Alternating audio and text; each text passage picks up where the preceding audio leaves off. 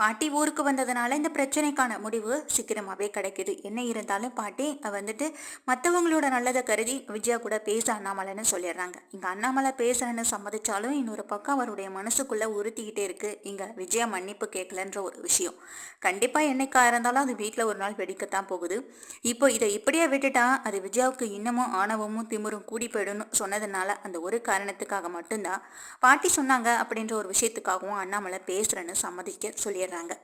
அதுக்கு பிறகு இங்க விஜயாவுக்கு ஒரு பக்கம் நிம்மதி ஆனாலும் இன்னொரு பக்கம் இந்த பணத்தை கொடுத்தாகணும், அதுக்கு நான் தான் பொறுப்புன்னு எங்க அத்தையே சொல்லியிருக்காங்க. அப்படி இருக்கிறப்போ நான் வாங்கி கொடுக்கலன்னா திரும்ப கெட்ட பேரு எனக்கு மட்டும்தான் மிஞ்சும் நினைச்ச விஜயா ரொம்ப கோபத்தோட மனோஜ் கிட்டே ரோஹிணி கிட்டே நடந்துக்கிறாங்க. உங்க அப்பா கிட்ட சொல்லி அந்த 29 லட்சம் ரூபாய் பணத்தை எப்படியாவது மொத்தமா திருப்பி கொடுத்து ரோஹிணின்னு சொல்லி இங்க கம்பல் பண்றாங்க. அதே போல இங்க மனோஜையும் கண்ணா பின்னான்னு தேடிட்டு விஜயாவும் கிளம்பி போறாங்க. இப்படி இதெல்லாம் நடந்துட்டு இருக்க நேரத்துலதான் வெளியில இருக்கிற பாட்டி யோசிக்கிறாங்க, ஏண்டா அண்ணாமலை இந்த வீட்டுல ஒரு குழந்தை சத்தம் கேட்கணும் நானும் எதிர்பார்த்து காத்துட்டே இருக்கேன், ஆனா அதுக்கான எந்த ஒரு இதுவுமே இல்லாம இருந்துகிட்டு இருக்கு இந்த வீட்டுல. என்னதான் நினைச்சிட்டு இருக்காங்க என் பேர பசங்க எல்லாரும்? முதல்ல எல்லாரையும் கூப்பிடணும் சொல்ல எல்லாருமே வெளியில வந்து நிக்கிறாங்க. நான் ஏற்கனவே சொன்ன மாதிரி யாருக்கு முதல்ல கொள்ளு பேரனோ இல்ல கொள்ளு பேத்தியோ பிறக்குதோ அவங்களுக்கு என் ஊர்ல இருக்க ஒரு நிலத்தை எழுதி தரேன்னு சொல்லியிருக்கேன்.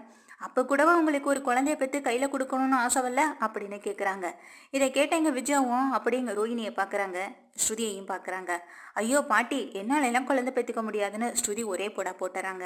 ஐயோ ஸ்ருதி, என்ன இப்படி எல்லாம் பேசுறீங்கன்னு மீனா சொல்ல, ஆமா மீனா, நேற்று நான் உங்கள்கிட்ட சொன்னேனா இல்லையா, என்னால எப்படி குழந்தை பெற்றுக்க முடியும், நாங்க வேணா ஒரு குழந்தைய அடாப்ட் பண்ணிக்கிறோம் அப்படின்னு சொல்ல, ஏமா ஸ்ருதி என்ன இப்படி சொல்ற, என்னால எப்படி குழந்தை பெற்றுக்க முடியும்னா உனக்கு எதுவும் குறை இருக்கான்ற மாதிரி எங்க விஜயா கேக்குறாங்க.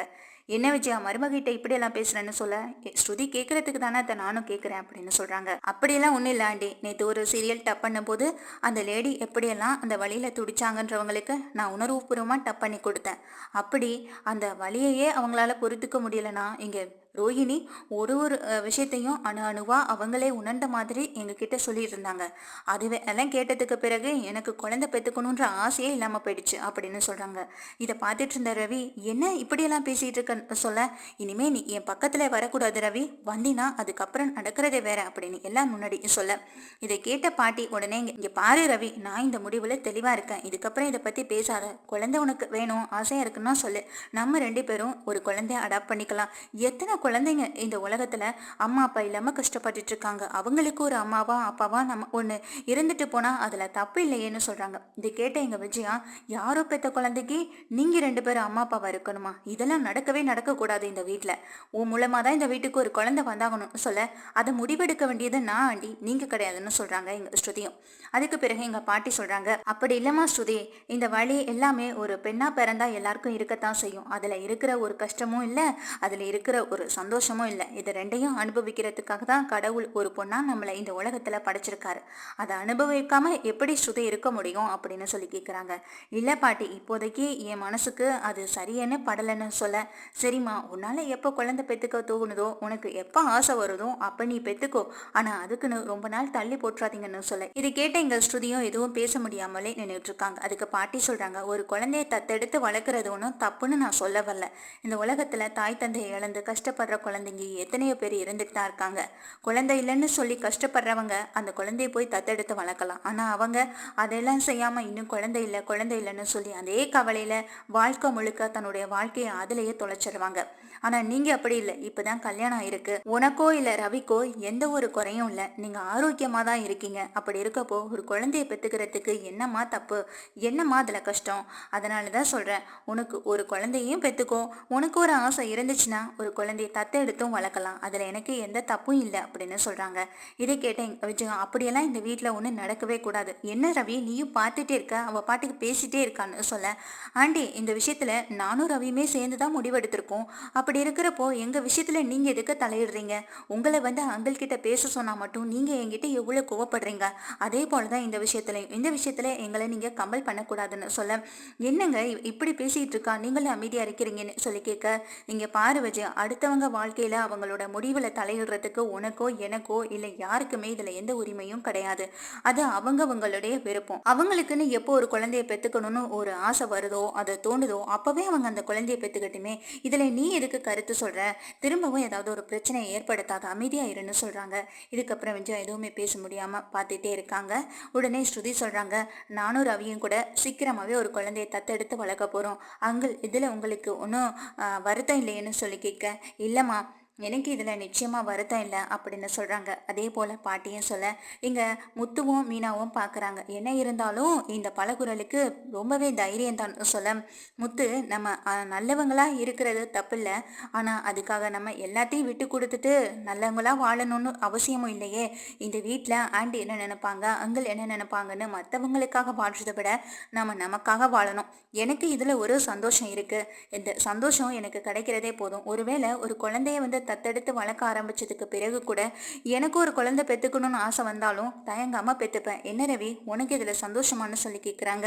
இங்க உடனே ரவி தன்னுடைய அப்பாவை பார்க்க, என்ன எதுக்கட பாக்குறேன்னா அண்ணாமலையும் சொல்றாங்க, எதுவா இருந்தாலும் கொஞ்சம் யோசிச்சு முடிவு பண்ணலாம் ஸ்ருதின்னு இங்க ரவி சொல்ல, இங்க பாரு ரவி, நான் எடுத்த முடிவுல தெளிவா இருக்கிறேன், இதுக்கப்புறம் நீ எதுவும் பேசக்கூடாதுன்னு சொல்ல, அதுக்கு பாட்டி சொல்றாங்க, இங்க பாருமா ஸ்ருதி, நீ அவசரப்பட்டு முடிவெடுக்கிறது அப்படின்றது வேற விஷயம். ஆனா முடிவை எடுத்ததுக்கு பிறகு அவசரப்பற்றக்கூடாது, சரியானு சொல்ல, என்ன பாட்டி சொல்றீங்கன்னு கேட்குறாங்க. அதுக்கு எங்க பாட்டி சொல்றாங்க, ஆமா மாஸ்டரே, ஒரு குழந்தைய தத்தெடுத்து வளர்க்குறது அவ்வளோ ஈஸி கிடையாது. அந்த குழந்தைக்கு கடைசி வரைக்கும் நீங்க 2 பேர் தான் அம்மா அப்பாவா இருக்கணும். அதே போல உங்க மூலமா உங்களுக்குன்னு ஒரு குழந்தை வரும்பொழுது அந்த குழந்தைய வெறுத்து ஒதுக்கிடவோ கூடாது.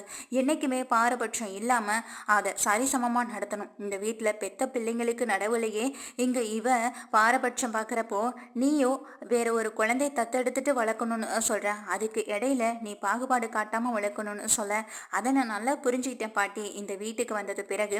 அதுவும் ஆண்டி இங்கே ஒவ்வொருத்தவங்களையும் ஒவ்வொரு மாதிரி நடத்துகிறாங்கல்ல, அதனால் அந்த விஷயத்த நான் நல்லாவே புரிஞ்சுக்கிட்டேன். பெத்த பசங்க கிட்ட இந்த மாதிரி நடந்துக்கிட்டா ஃப்யூச்சரில் என்ன ஆகுன்றது இங்கே தெளிவாக தெரியுதே.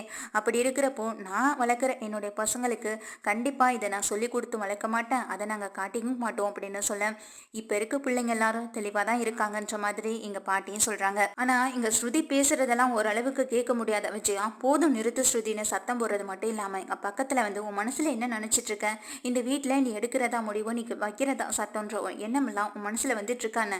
நீ எவ்வளோ பெரிய குடும்பத்துலேருந்து வந்திருக்கலாம், எவ்வளோ பெரிய பணக்கார வீட்டு பொண்ணா வேணாலும் இருக்கலாம், ஆனால் நீ இப்படி செய்கிறதுக்கு நாங்கள் எப்படி சம்மதம் சொல்லுவோம்னு நினச்சிட்டு இருக்கேன்.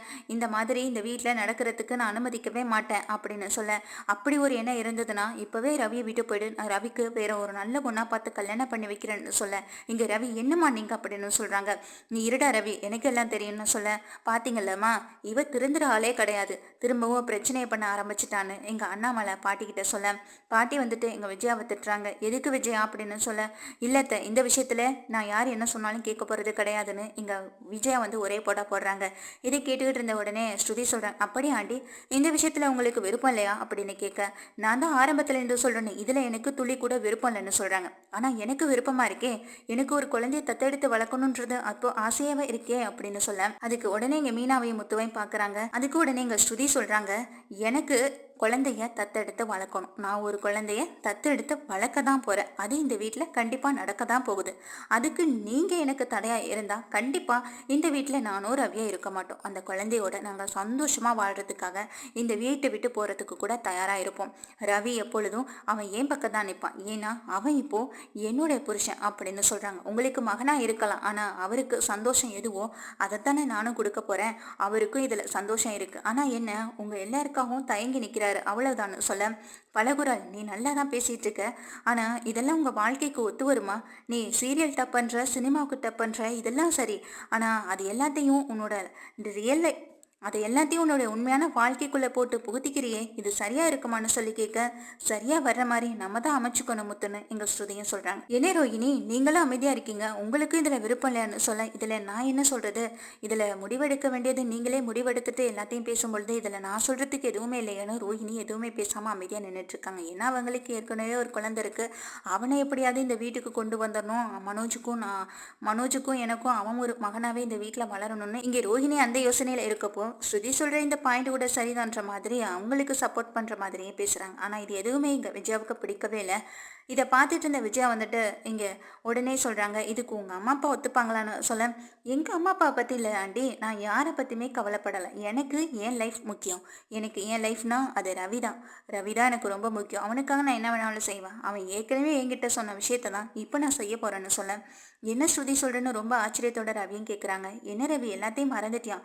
நம்ம லவ் பண்ண நேரத்தில் நீ சொல்லிட்டு இருந்த ஒரு விஷயம் இதுதானே, ஆனால் எங்கள் வீட்டில் சம்மதிக்க மாட்டாங்கன்னு சொன்னேன்.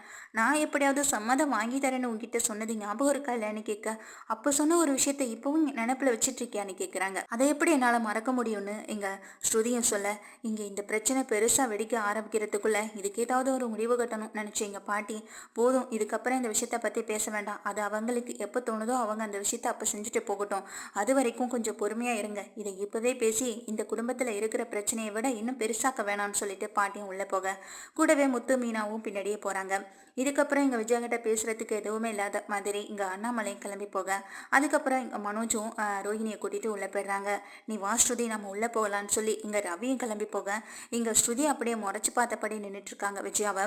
பக்கத்துல வர விஜயா ஸ்ருதிட்டு சொல்றாங்க, நீ நினைக்கிறது இந்த வீட்டுல நடக்கவே நடக்காது, அதை நடக்கிறதுக்கு நான் விடவும் மாட்டேன்னு சொல்ல, ஆண்டி நீங்க நடக்கிறதுக்கு விட மாட்டீங்க, ஆனா அதை நான் நடத்தி காட்டிட்டேன்னா அப்படின்ற மாதிரி ஸ்ருதி சொல்றாங்க. எனக்கே சவால் விடுறியான்னு சொல்ல, நீங்க மீனா கிட்ட எப்படினாலும் நடந்துக்கோங்க, என்கிட்ட அதே மாதிரி நடந்துக்கணுன்ற ஒரு எண்ணத்தோட பேசவே பேசாதீங்க. அதுக்கப்புறம் நான் யாரு, நான் எப்படிப்பட்டவன், நான் எப்படியெல்லாம் நடந்து பண்றத உங்ககிட்ட காட்ட வேண்டியது வரும். இது நாள் வரைக்கும் எங்க வீட்டுல எங்க அம்மா அப்பா கிட்ட நான் எப்படியெல்லாம் பேசியிருக்கேன்றத அவங்க கிட்ட ஒரே ஒரு தடவை கேட்டுக்கோங்களேன். அதுக்கப்புறம் நீங்க என்கிட்ட பேசுறதுக்கே தயக்கப்படுவீங்கன்னு சொல்ல, நீ எவ்வளவு பெரிய பணக்கார வீட்டு பொண்ணா இருந்தாலும் எனக்கு பிரச்சனையே இல்லை ஸ்ருதி, ஆனா இங்க நான் என்ன சொல்றேனோ அதை கேட்டு அதுபடிதான் நடந்தாகணும்னு சொல்றாங்க இங்க விஜயாவும், தன்னுடைய முடிவுல இருந்த மாற்றமே இல்லாம. இதை கேட்டுக்கிட்டு இருந்த இங்க ஸ்ருதி சொல்றாங்க, ஆண்டி இப்போ நான் சொல்றதையும் கேட்டுக்கோங்க, இனிமே இந்த வீட்டுல உங்களுக்கு எதிரே மீனாலாம் கிடையாது, நான் மட்டும்தான். இனிமே நீங்க என்ன சொன்னாலும் அதை கேட்டு நடக்கணும்ன்ற அவசியம் எனக்கு இந்த வீட்டுல கிடையாது. பெத்த மகனுக்காக வீட்டுல, அதுவும் யாருடைய நகையிலேயே கைய வைக்கிற நீங்க சொல்றதெல்லாம் கேட்கணுன்ற அவசியம் எனக்கு கிடையவே கிடையாதுன்னு இங்க ஸ்ருதி முகத்துல அடிச்சபடி சொல்றது மட்டும் இல்லாம, நான் ஒரு குழந்தைய தத்தெடுக்க போறேன்னு சொன்னேன் இல்லையா, அந்த குழந்தை யார் தெரியுமான்ற மாதிரி கேட்குறாங்க. எதுவுமே தெரியாம விஜயா பயங்கர அதிர்ச்சியில நின்றுட்டு இருக்கேன். நம்ம வீட்டுக்கு கூட அன்னைக்கு அம்மா அப்பா இல்லை பாட்டி கூட தான் வளர்ந்துட்டு இருக்கேன்னு சொல்லி ஒரு பையன் வந்தான்ல, அந்த பையனை தான் நான் வளர்க்கலான்ற ஒரு எண்ணத்துல இருக்கேன். ஏன்னா எனக்கும் அவனை பார்த்ததும் பிடிச்சிருந்தது, அந்த பையனுக்கு ஒரு அம்மா அப்பாவா இருக்கலான்னு தான் நாங்கள் ஆசைப்படுறோன்னு எங்க ஸ்ருதியும் சொல்ல, இதை கேட்ட எங்க விஜய் அதிர்ந்து போக, அங்க ரூம்ல இருந்து வெளியில வந்து ரோஹிணி இங்க ஸ்ருதி சொல்றதை கேட்டு அப்படியே அதிர்ச்சியில உறைஞ்சு போய் நின்றுட்டு இருக்காங்க.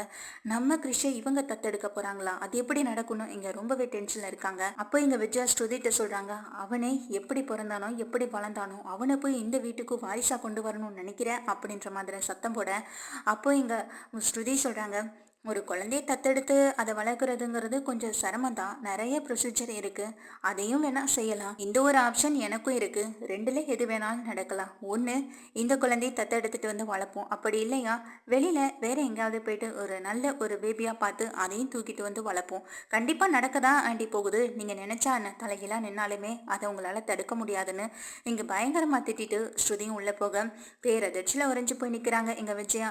தான் அவமானப்படுறது அசிங்கப்படுறது எல்லாமே இந்த மனோஜால தான். மனோஜுக்காக செய்ய போய் எங்கே இந்த கடைசியில் இந்த பணக்கார பைத்தியமும் என்னை திட்டி தீத்துட்டு போகுது, கடைசியில் ஏதோ ஊர் பேர் தெரியாத குழந்தைய இந்த வீட்டுக்கு வாரிசாக்கலாம்னு நினைக்குது அப்படின்னு நினச்சிட்டு இங்கே விஜயா பயங்கர வெறியில தான் நின்றுட்டு இருக்காங்க. அங்கே உள்ள போகிற ஸ்ருதி உடனே சொல்கிறாங்க ரவி கிட்ட, என்ன ரவி பயந்துட்டியா அப்படின்னு சொல்லி கேட்க, என்ன ஆச்சு நீ இப்படியெல்லாம் பேச மாட்டியே, என்ன ஆச்சு அப்படின்னு சொல்லி கேட்குறாங்க.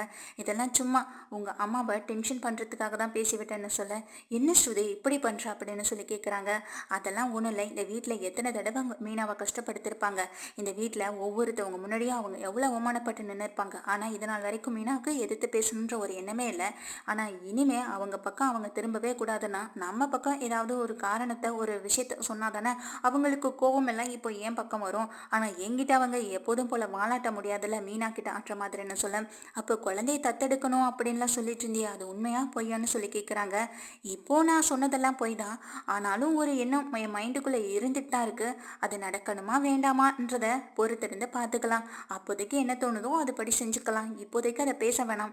உங்கள் அம்மா குழம்பி போயிருப்பாங்கல்ல, அது வரைக்கும் எனக்கு போதுன்ற மாதிரி இங்கே ஸ்ருதி சொல்கிறாங்க. ஸ்ருதி இப்படி பேசினதை கேட்டு ரவியா அதிர்ச்சியாகி பார்த்துட்டு இருக்காங்க. ஸ்ருதி ரொம்ப ஹாப்பியாக தூங்கவும் போகிறாங்க. தூக்கமே இல்லாமல் எங்கள் விஜயா ஹாலில் நின்றுட்டே இருக்காங்க.